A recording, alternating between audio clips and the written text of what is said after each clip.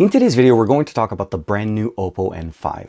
This is their latest foldable device that's available for 2025 that not only is larger, meaning wider and longer than their last one, which is the N3 that they released last year, but it also has a more powerful processor and of course it is thinner. So thin you can almost miss it when it's open if you're holding it sideways. This is TK and this is my review of the brand new Oppo N5. Let's go ahead and check it out and see all of the new improvements that they've done over last generation and why you should consider this for your next foldable smartphone.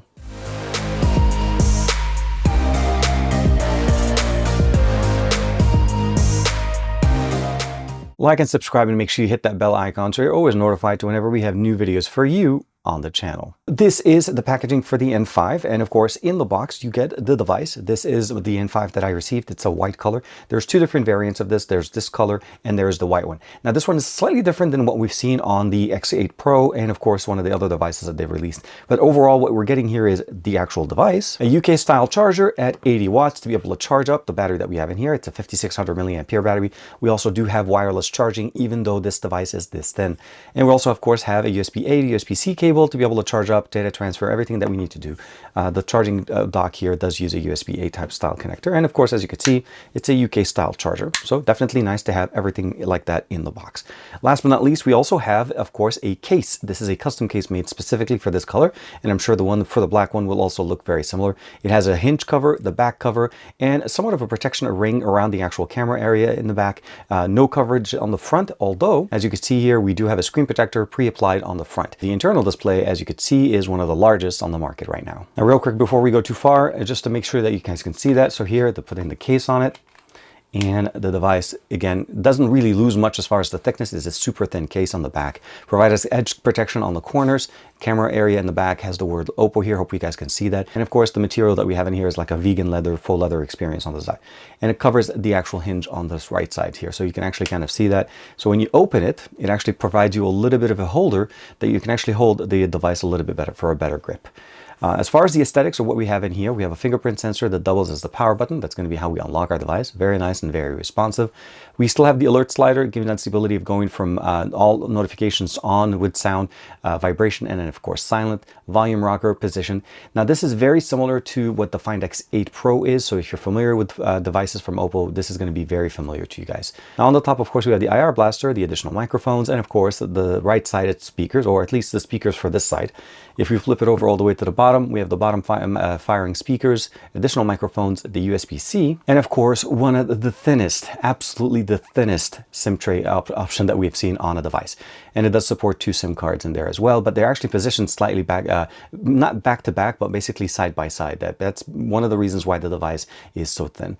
Now, I did mention to you guys that this battery here is a 5600 milliampere battery, and that is technically a slightly smaller battery than what we had on the N3. Now, this is the N3 in the US market, so it's very much the same experience overall, but the device itself has a, not only, well, let's go ahead and just put them side by side. So here, you can definitely see here that the device is taller, and let's go ahead and put them side by side here, like this.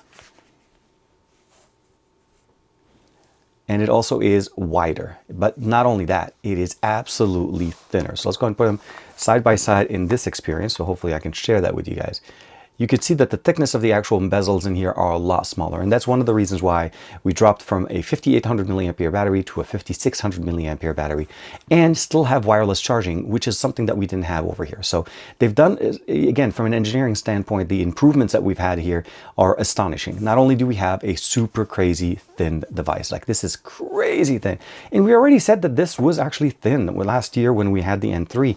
And that's one of the reasons why I really appreciate what Oppo's doing in here. You could see the work, you could see the dedication into the hardware design and the build numbers that we have in here. Now, we are looking at a spec bump as well on the processor. The processor here is the Snapdragon 8 Elite. It is a different variant than the standard one that we saw on the OnePlus 13, where that one is an 8-core configuration. This one's going to be a 7-core configuration. Slightly less powerful, but still an 8 Elite in the generational upgrade. And I still feel like it's way more power than we need to be able to do everything on our device. Aesthetically, Again, I love the fact that we have the design, the beautiful color back here. It looks very, very nice. And again, as I mentioned, this reminds me a lot of the Find X8 Pro. Now, I did mention to you guys that this supports wireless charging, and it supports it at 50 watts. It's 80 watts wired and 50 watt wireless. So if you do end up having maybe one of these chargers, this is the AirVook charger that Oppo released recently. It is compatible with MagSafe cases. I'm hoping we're going to see some MagSafe case accessories for this. Currently, the case that I have does not have the magnets in it, but when it does have the magnets, this will actually also be able to charge your device at 50 watt using AirVook with the fans in here to keep things cool.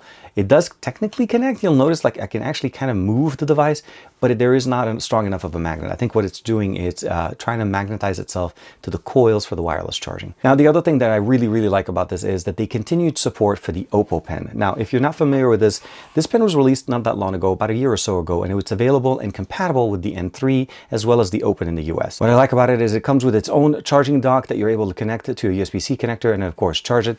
And as you connect it, or when you first connect it to your device, it'll show you not only the battery percentage, but you can also go into the function. So it gives you the ability of actually switching between different elements in the drawing tool, the ability of using it to take a screenshot, and of course the ability of launching a quick note and writing directly on the screen. And you can customize the experience by going in there. If there's a firmware update, you can update it. You can also change the responsiveness to it. And of course, the delay auto lock if you want to be able to use that when you're using the actual pen. Last but not least, I can see here that the version of the software is up to date. So the actual support for this device or for this pen is built in. And what I like about it is it actually is supported on both the external and the internal display. So you can see here, I can double tap, all the gestures, everything works great. I want to be able to use it on the internal display, exact same thing. I'll give it a second, and I'll give it a second here. We'll swipe away, back and forth. Again, the display looks absolutely fantastic. You can swipe down between notification and the toggles, of course, and use it great. And if you want to be able to initiate that, again, the screenshot, perfectly right there. I can open it up and I can actually change, let's say, the color in here and just say, you know, if you're wondering on the actual thickness itself, before we get too far, this is an 8.93 millimeter thick device. Now, by comparison to the Z Fold 6, it's a 12.1 millimeter. So you can definitely see the thickness difference here in some of these images that I'm sharing with you right now. Now, comparing it to the iPhone 16 Pro Max, which is an 8.25 millimeter thick device, this is actually slightly thicker than that. And it is about the same thickness as a smartphone. Just keep that in mind overall. And what I really like about this is that they've engineered the heck out of the design. The hinge is absolutely solid. Like when you're opening it, it feels solid. You're not looking at anything that just, you know, swings open for any reason. And I also love the fact that you have multiple functional options. Not only are you able to use it in, let's say, a laptop style. Now, one thing I do want to mention to you guys that a lot of us have seen a lot of teasers about that is that we've known in the past with the Find X8 series that Oppo now allows us to share content with iOS devices. So your iPhone, you can use an application called the OPPO Connect, and you can literally almost nearby share or basically quick share content directly over Wi-Fi to an iPhone, and of course vice versa, reversing it back in here. Well, we've had something similar to that for PC devices, and that's been, again, the O+ Connect or the O Connect application. Now we actually have a functional option that was added for MacBooks. And you'll notice here there's Teak's MacBook Pro. Now that is my MacBook Pro M1. It's an M1 Max running. It's a couple of years old, but it works beautifully. And what I like about it is it gives me the ability of actually using the Multiscreen Connect, meaning interoperability between the two devices, file sharing, drag and drop functionalities, as you're seeing on the screen, are going to work perfectly here. There's no issue seamlessly as long as you're connected on the same Wi-Fi and there's no ports blocked on that Wi-Fi. So hotel Wi-Fi sometimes is a hit and miss, but I would say probably run a hotspot directly on your phone. You're not going to be disappointed. But it's that new option that we have on the right side. It's called the Remote Connect. This is going to mirror my MacBook's display on my device here on the N5, allowing me to use it like a laptop. I can have a full screen touchpad. I can actually have just full screen of the display on my MacBook. And when you connect it, it automatically dims the display on your MacBook, allowing you to have better battery performance because you're no longer using the big display there and you can use it there. And if you're connected on the same Wi-Fi, you can go into another room, connect to it, and do everything you need to do. We have touchpad, we have a right left click mouse, we even have a full-size keyboard with multi-touch functionalities to be able to type in there. So it makes it not only very functional, but also connectivity from that standpoint. You're never gonna have to kind of go back to your office to get something. If you need something for your MacBook and you already have it set up, it'll automatically connect and give you that experience. And as you could see there, I was playing that video for Dragon Ball Daima with Goku with SSJ4 transformation that we saw last week. It's absolutely crazy fantastic. So it's definitely very nice to see that Oppo now makes it so that this device can literally connect and transfer content with almost any system on the market, be it PC, be it Mac, be it Android, be it iOS. The Oppo N5 can connect to all and transfer content and even control your Mac. As you can see here, this is the Oppo N5. It is running ColorOS 15 out of the box. I have 512 gigs of internal storage, although with an option going up to 1 terabyte, 16 gigs of RAM in this, and there's also another option with 12 gigabytes of RAM. The camera stack that we have in here is slightly different than what we had last year. We have an 8 megapixel inside and external display front-facing camera. So the camera that we have here on the top right, as well as the one on the front display, are 8 megapixel cameras. The rear cameras are basically a 50 megapixel main sensor. That's going to be the primary sensor for us. Another 50 megapixel telephoto lens and an 8 megapixel ultra-wide. Something to keep in mind. Again, I mentioned to you guys, is the Snapdragon 8 Elite 7-core configuration, 5600 milliampere battery, and this is a silicon carbon battery, charges very fast, nicely, and it's one of the reasons why we're able to go so thin and of course still have fast charging up to 80 watts. The internal display is an 8.12-inch display, and if I close the device, obviously we have the ability of continuing in here. I'll go back in here.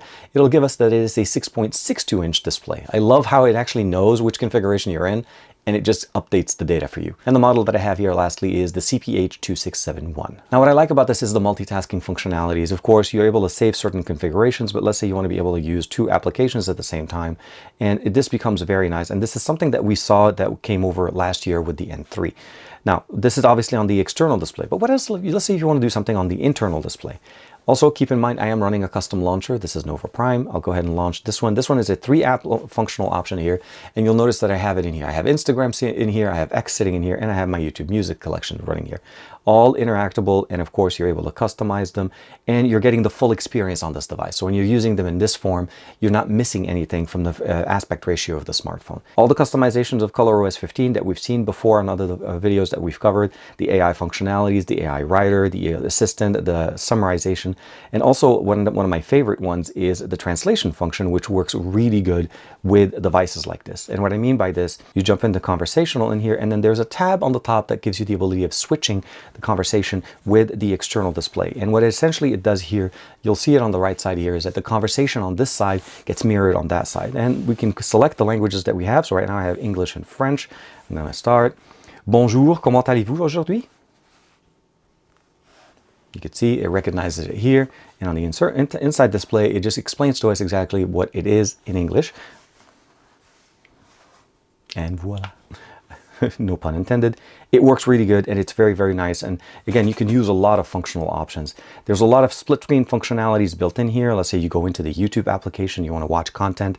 And I love using this, by the way, when I go to the gym and I'm watching, let's say, my buddy Juan Carlos. Of course, what you do here is basically allow the device to orient in the right format, bring it over, and then now you have your playback controls on the bottom with the timeline and the ability basically scrubbing through the entire feed to get to the level that you want. And of course, keep actually supporting the actual content that you want wherever you are. Before we go too far, let's go ahead and talk a little bit about what we get here as far as performance, since this is a 7-core version of the Snapdragon 8 Elite. And what that essentially means is, as a single core, basically in standard mode profile, we get 2703 and 7376 as the multi-core. Now, this is a little bit less than what we saw on OnePlus 13, which is running the 8-core version at around 3000 or so. So that should be kind of like a good reference of where we are between the 7-core and the 8-core. Also, I will mention that this is by no means a reflection of how this device runs and how the performance is done. It is absolutely powerful, way more powerful than what we need. Of course, if you want to be able to see what it is essentially running on the performance mode, which we still have here running here, and ability basically going to 2672 here, so it drops a little bit on the single core, but on the multi-core you can see here that it jumped up to 7690. So again, a very nice performance experience that you're going to get here, and you're not going to be disappointed. And I love the fact that they've optimized the experience on a device that is this thin to give us a 5600 milliampere battery and providing us the experience of the Snapdragon 8 Elite in here at a good battery life experience. And of course, I'm sure you guys want to see what is the connectivity, at least on T-Mobile here in the Los Angeles area, and I will say that this blew my mind. It is not only optimized, it runs beautifully on 5G here and on the T-Mobile network. And as you can see here, a good number, 779 down and about 14.3 up. And I'm sure the numbers will change depending where you are and if you're closer or further away in a maybe congested area. Let's talk a little bit about the cameras and what we get in here. So we'll swipe it down here. It'll give it a second to organize. The cameras that we have in here, as I mentioned at the beginning, we have an 8 megapixel camera here on the top right. You see the green light next to it. It is mirrored by the 8 megapixel camera on the front-facing display. The cameras on the back are two 50s, a telephoto and the main sensor, and an 8 megapixel ultra-wide. That means when it translates into what we get in here, means 4K 60 is going to be the best resolution we're able to shoot on the main sensor as well as the telephoto lens. So you see here the ultra wide is not sitting in there. I can jump into 3, I can jump into 1, it stays there. If I jump into 4K 30, now that does give me the ability of jumping in with the 8 megapixel camera as it's providing us that experience. The front-facing camera pretty much capped to 4K 30 frames per second, very much mirroring the 8 megapixel camera as we have on the ultra-wide inside. That's something that we don't have control, but at least we have 4K on the front-facing sensor. The best way to do it, of course, is to use it in basically external display, shut off the main display on the inside, and now you're using the device with best experience. 4K 60 on the main and the telephoto, and you get to see yourself and actually organize and set up the actual images. You could see it right there, and it looks beautiful. And I think this is going to be the best experience for using or for content creation. Last but not least, of course, if you want to, you're always going to be able to use your device as a tripod. It sits on the side, landscape portrait experience, not going to be an issue, and you never have to worry about bringing a tripod with you whenever you're outdoors. So master mode stayed in here. Photo mode, we talked about video, of course. We have portrait mode. The telephoto is going to be absolutely fantastic for that. Of course, night, high resolution, panner mode, film mode, slow motion, sticker, document scanner, all the different options, and expand. Expand came over, and of course anything that you run on the inside you open up and you get to see it, and it is out of the box configured to work with the ultra wide, the main sensor, and the telephoto. And I love the fact that it's just right there. And of course switch it over, turn on the video, and you're ready to go. Beautiful, very, very nice. And I love the fact that all of these experiences are running really nicely on this device. But let's not waste any time. Let's go outside real quick and do a quick sample of the front facing sensor and the main sensors on the back on the brand new N5 from Oppo. Starting off with the front-facing camera on the Oppo N5. Yeah, you know what? Let me fix something. And okay, this is a little bit better. So I'm here in Singapore for the launch event of the brand new N5. We're using the front-facing camera on the N5 right now. It's an 8 megapixel camera that's given us, again, 4K 30 frames per second maximum resolution. And it is actually on display at that store here in Singapore that's going to be launching later this afternoon. This should be a good example of what the audio and video is from the front-facing camera on the N5. Of course, we're going to switch over to the main sensor, but let me fix that real quick. Okay, so this is another Oppo store that also has the N5 on display. We're using the main sensor on the back right now, shooting in 4K 60 frames per second, and I'm actually using the device flipped open, meaning I'm looking at myself with the front-facing display, giving us the best experience. Now, one thing to mention, 4K 60 is limited to be used on the main sensor as well as the telephoto, being there the 50 megapixel cameras. 4K 30 is available on the 8 megapixel sensors, meaning the two front-facing display sensors as well as the 8 megapixel ultra-wide. But this should be a good example of what video and audio sounds like on the brand new N5. Yes, it's a little bit different, but it should be a good example of a demonstration on the performance of this device. Now, as you saw there, not your normal location where I usually do my coverage, but the overall experience is pretty straightforward. You can use it in the format that you want. You can use it as a tripod, shoot with the main sensors on the back, get that best experience. And you can also always connect audio inputs into it to be able to get the best audio levels as well. Now, here on YouTube, we're going to be playing our favorite song. One thing to mention before we get to that experience, I do want to mention as far as the speakers, the speaker placement on this device. Both speakers are positioned behind the display. So you'll notice there's a speaker here on the top, another speaker at the bottom, and that's going to give us that stereo experience, which means when you're playing games, let's go ahead and unlock the phone. When you're playing games and you're using your phone, if you're using it where the cameras are sitting at the top, your hands may start blocking the speakers because we typically want to use it. This is kind of like a tablet style. When you're using it in this format, I recommend you always remembering to switch it over to the other side so that you're holding it around the sensor. And the reason behind that is that now your speakers are not covered and you're going to get the best audio experience, which is exactly what we're trying to do here. So we're going to go ahead and put volume level at 100%. I'm going to go ahead and bring it in full screen.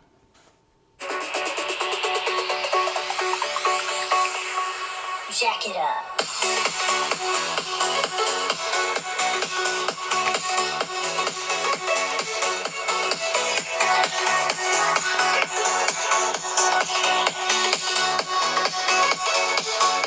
As you see there, the transition between the internal and the external display had no stutter, no effect on the music, and it was as simple. As long as you catch the swipe within 2 seconds from closing the internal display, you definitely are able to continue the conversation. And this not only continues here, so I'll go ahead and bring this down, it also continues to gaming. So let's say we're playing, go ahead and launch our favorite game, Call of Duty Mobile. And as you can see here, the display adjusts and it works beautifully with the game. And again, keep in mind, make sure that you're having the camera sensors more closer to the bottom so your speakers are not obstructed.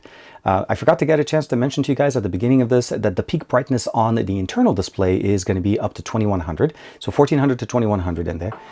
And let's go ahead and minimize the volume. And the peak brightness on the external display is from 1600 to 2450. That's going to give you the best experience. And the high resolution, both of them are high resolution displays. Of course, you're going to get the great experience. You could see right there how great the graphics, everything, the high resolution, all of that looks beautiful. 120 frames per second is supported on both the internals and the external display. Let's go ahead and bring this over here. You can see it, 120 in all modes, and of course you can customize the experience. And I also like the fact that here, as you see it formatted for the external display, the internal display, I can swipe away, give it a second, and it automatically re-optimizes itself for the external display. We're going to definitely do a quick demo, obviously, of both of them. But before we get too far, I do want to share with you guys that we still have access to the gaming center here that allows us to actually customize the experience, change the profile for the actual performance on the CPU. Also, the ability of seeing our CPU, GPU, and frame rates per second game experience for whenever we're playing. And again, because the camera is positioned on the top left here, it's not really taking any information away. It's not sitting in the center. And if we hold it in the format that I told you guys, it sits on the bottom right, not even shown in the actual experience. And of course, you can actually play games, enjoy to your heart's content. And what we're seeing here essentially is a couple of examples of the gaming, again, Call of Duty Mobile on the N5. And I recorded 2 different gaming sessions. The reason behind that is, as you're playing with the tablet or essentially the open display functional option, you're getting a different experience. You're getting it more of a gamepad experience, a little bit more tuned into it. Again, make sure you hold it in the right orientation, or if you're losing Bluetooth earbuds, no issues there.